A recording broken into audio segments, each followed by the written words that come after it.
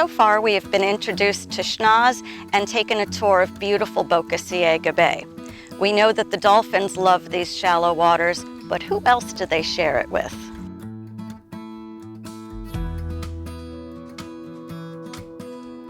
Dolphins may be the #1 draw to the Sunshine State, but manatees are a close second. Just how many manatees do we have? What do they eat? How do they spend their time? Let's take a look at the lifestyle of the beloved manatee, also known endearingly as the sea cow. Imagine sailing the high seas aboard a galleon alongside the likes of infamous pirates or noble naval sailors. It's the 15th century. The world is open for exploration, and you're keen to make your mark on history. Now, picture this, a docile face with thick cheeks covered with long whiskers staring up at you from the seas, a creature unlike anything you've ever seen before. Dark gray, sometimes mottled with moss, rotund, this curious creature is beautiful in its own way. It is easy to think that a manatee comes straight out of mythology. Mariners on long voyages often mistook the humble manatee for mermaids. Can you believe it? The first written encounter with a manatee in North America came by way of Christopher Columbus, who complained that they being mermaids, weren't as beautiful as the artists had made them out to be. Yesterday, when I was going to the Rio del Oro, I saw 3 sirens that came up very high out of the sea. They were not as beautiful as they are painted, since in some ways they have a face like a man.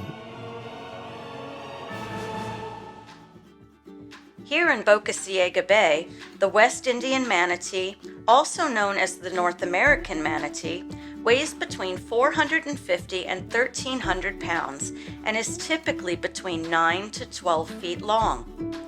Cruising at 5 miles per hour, the manatee can live up to 50 years in the wild. In captivity, one manatee known as Snooty lived for 69 years. Manatees look the same regardless of age. Wouldn't it be nice to look like a 20-year-old when you're 50? Manatees are mammals and therefore must breathe air. They also give live birth, produce milk, and have warm blood. Their closest land relative is the elephant.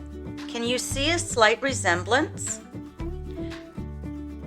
As a mostly herbivorous creature, the manatee feeds mostly on seagrasses in shallow waters where the sunlight can reach the seafloor.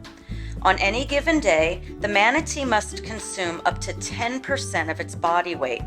That can mean up to 140 pounds of grass per day.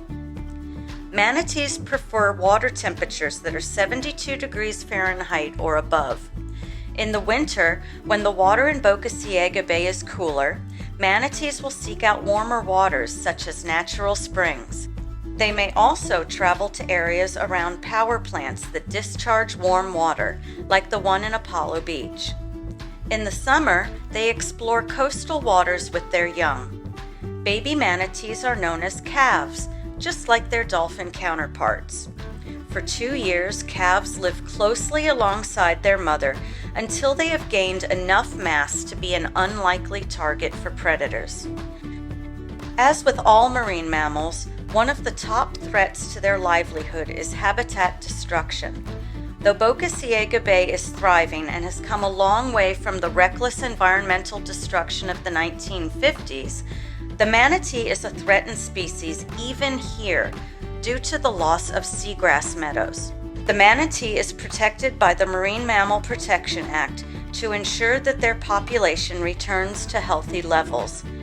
Efforts to repopulate the bay with natural seagrass are ongoing and provides hope for the future of the majestic manatee.